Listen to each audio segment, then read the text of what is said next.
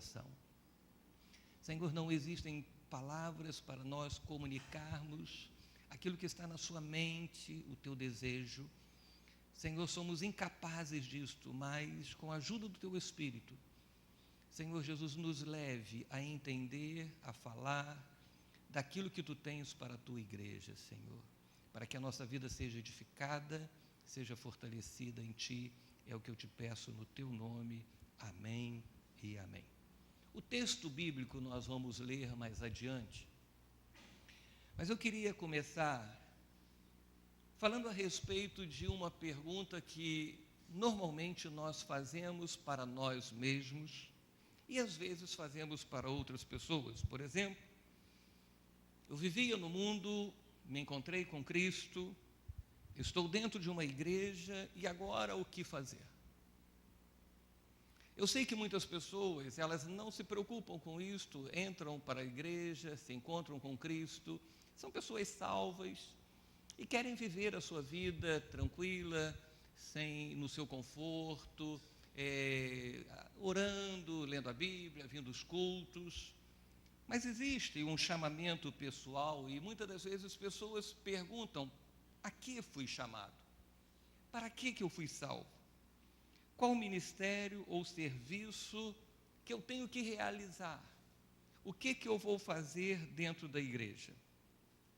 Estas perguntas na nossa vida mostram que nós estamos sendo pessoas saudáveis, que há uma saúde espiritual na nossa vida, porque nós nos preocupamos com o melhor em agradar ao nosso Deus. Isso mostra que eu e você, que nos perguntamos a Deus o que devemos fazer, o que precisamos fazer, isso mostra que nós temos uma visão que vai além de ser salvo. Nós não estamos falando de salvação. A palavra de Deus diz: quem crer e for batizado será salvo. O que basta para eu crer, para eu ser salvo?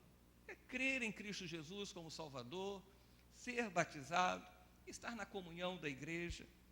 Mas eu vejo que nós temos alguma coisa a mais.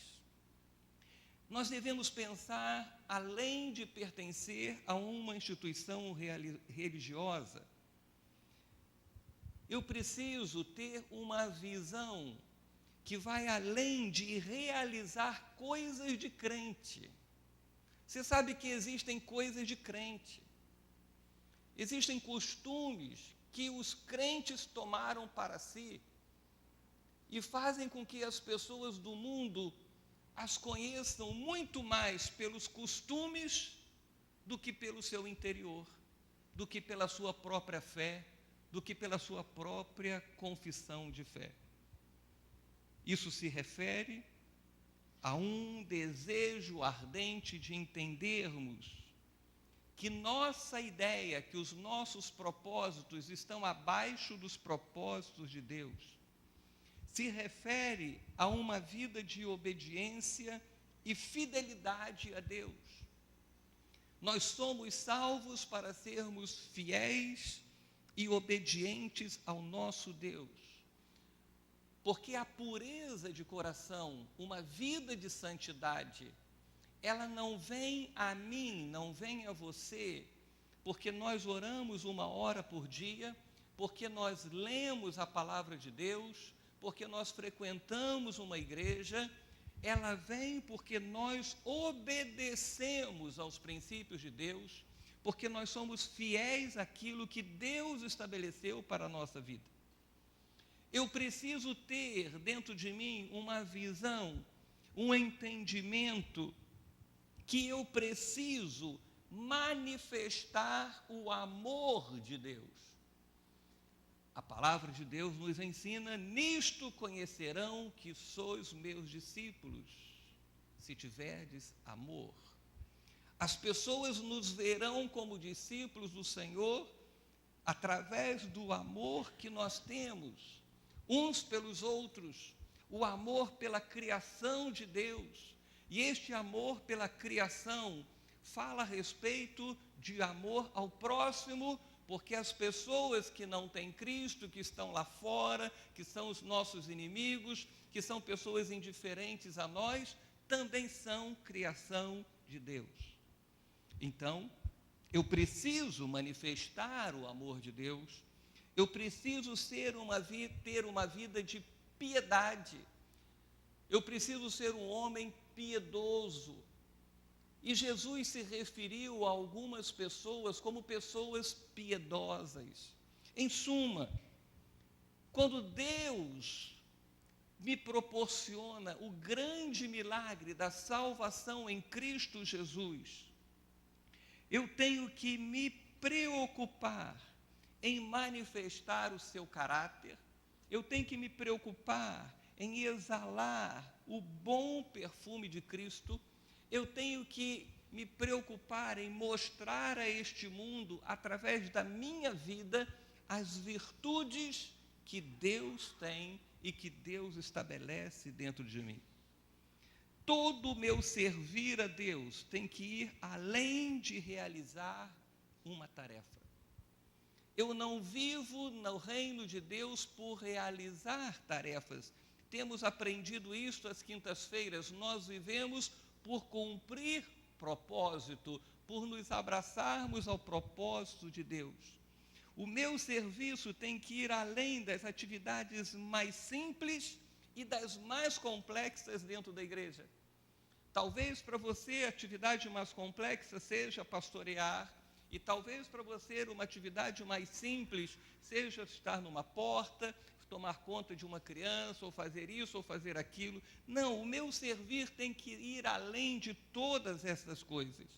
Eu preciso compreender que antes de qualquer coisa na minha vida, antes de eu pensar em fazer qualquer atividade, eu tenho que saber qual é a maneira que Deus quer me encontrar. Eu tenho que entender que tipo de vida eu preciso viver para ser encontrado por Deus. Jesus disse que ele veio procurar adoradores que o adorem em espírito e em verdade. Antes de qualquer coisa, eu preciso ser encontrado como um adorador que adore em espírito e em verdade. Pode ser que eu pregue, estou aqui aos domingos, às quintas-feiras, pregando, ensinando a palavra de Deus. Pode ser que você e eu, nós cantemos. Pode ser que nós estejamos incluídos dentro de um grupo de manutenção da igreja, que limpe. Pode ser que você cozinhe. Pode ser que você esteja envolvido com o evangelismo ou com qualquer outra atividade para que o culto aconteça. Mas quando Deus olha para a minha vida, Deus não está olhando apenas para o que eu estou fazendo. Deus não está olhando para a maneira que eu estou pregando, se eu estudei, se eu me dediquei. Deus não está olhando para você que está numa câmera, no som, que deu uma aula hoje, que está dando aula, que arrumou a igreja. Deus não está olhando em primeiro lugar para isto. Deus olha para mim, Deus olha para você e não me pode ver apenas como um pregador.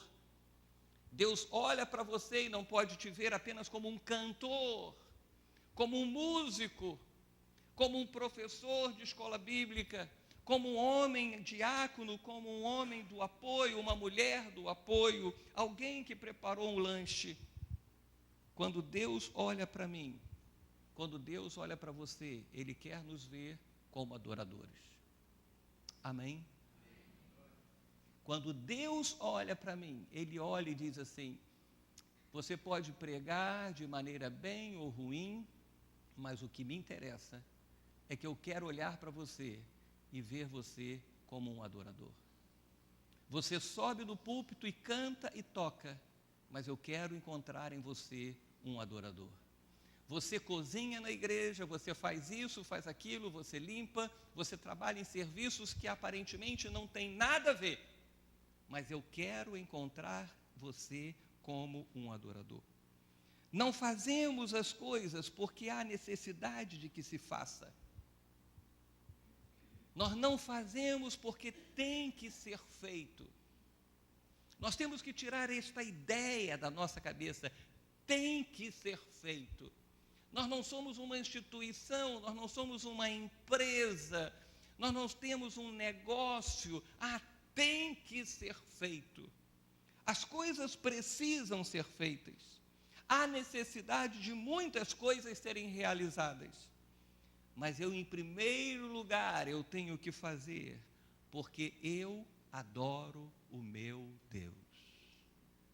Não importa se eu estou mexendo uma panela, não importa se eu estou limpando um banco, não importa se eu estou colhendo um papel, retirando um papel que foi jogado no chão, ou se eu estou num púlpito pregando, cantando, tocando, fazendo alguma coisa.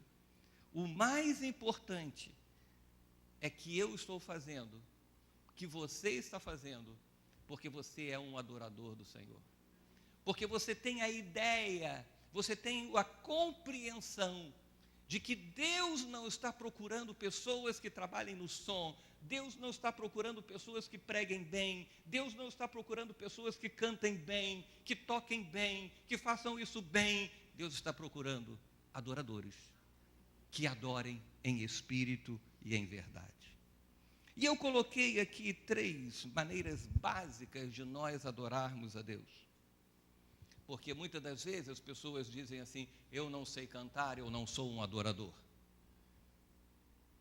Não é porque você não sabe cantar, não é porque você é tímido que você deixou de ser adorador. Por exemplo, a primeira maneira que nós temos de adorar a Deus, e por isso que o Senhor Jesus disse que Ele procura adoradores que o adorem em espírito e em verdade, são pessoas que têm uma vida de obediência. Veja que a adoração não está vinculada a coisas que nós estamos fazendo para Deus.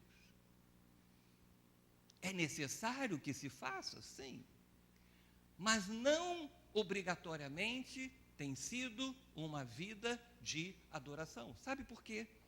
Porque muitas pessoas praticam a caridade, muitas pessoas manifestam o amor, muitas pessoas realizam coisas de dentro da igreja, muitas pessoas derramam lágrimas, muitas pessoas sobem nos púlpitos e pregam, mas o seu dia a dia não é de obediência.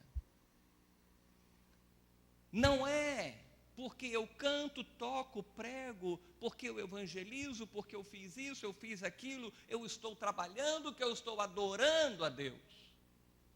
Nós vimos domingo passado que os fariseus, eles iam para as praças, eles colocavam as suas roupas, que tinham os símbolos de Israel, os símbolos da manifestação da glória de Deus, da vontade de Deus. E eles iam para as praças, jejuavam, oravam, faziam a sua adoração. E quando Jesus falou aos seus discípulos, disse, não seja como eles, hipócritas. Faziam coisas, mas não viviam a vida de obediência. Nós somos reconhecidos como filhos de Deus, porque somos pessoas que obedecem os princípios de Deus. Nenhum desobediente a Deus será reconhecido como filho de Deus. Nenhuma adoração, nenhuma palavra de louvor, nenhuma manifestação de louvor é agradável diante de Deus se não estiver acompanhada da obediência.